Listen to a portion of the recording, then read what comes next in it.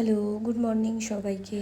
আজ সকাল সকাল ঘুম থেকে উঠেই হাজব্যান্ডের টিফিন রেডি করে নিয়েছি আর তারপরেই বানিয়ে ফেলেছি ব্রেকফাস্টে রয়েছে আজকে বাটার ব্রেড আর ডিম সেদ্ধ।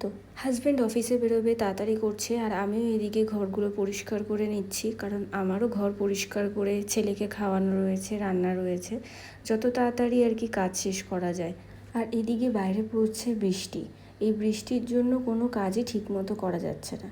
কত জামা কাপড় জমেছে, কাচাও হয়নি। আর দেখো ছেলেও উঠে পড়েছে, এখানে ওকে খাওয়াচ্ছি, তার সাথে চলছে তার দুষ্টু। আর তার সাথে সাথে হাজব্যান্ডেরও বেরোনোর সময় হয়ে গেছে, ওকেও বাই করে দিলাম।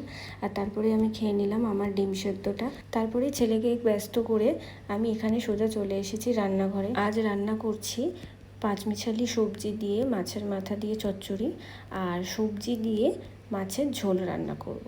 আর এই দেখো আমি এক সিক্রেট মশলা ব্যবহার করছি, যেটা ব্যবহার করলে নিরামিষ আমিষ সব রান্নার স্বাদই দ্বিগুণ করে তোলে। আর এখানে দেখো মাছের ঝোলটাও প্রায় হয়ে এসেছে, এখানে শুধু ঢাকা দিয়ে ফুটতে দেবো। তারপরেই দেখো সমস্ত কাজ সেরে স্নান করে এখানে চলে এসেছি একটু স্কিন কেয়ার করতে, রোজকারের মতো। এখানে স্কিন কেয়ারটা করেই আমি ছেলেকে খাওয়াতে যাব।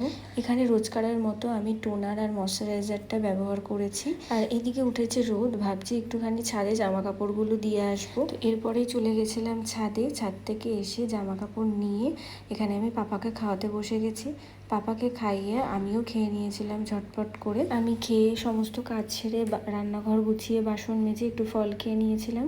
তারপর সন্ধ্যাবেলায় খেয়েছিলাম একটু ধোসা। তারপর দেখো রাত্রেবেলার খাওয়া দাওয়া সেরে এখানে চলে এসেছি একটু স্কিন কেয়ার করতে। তাহলে চলো আজকের মতো ব্লগটা এখানেই শেষ করলাম। ভালো লাগলে লাইক, শেয়ার অ্যান্ড সাবস্ক্রাইব করে দিও। টাটা।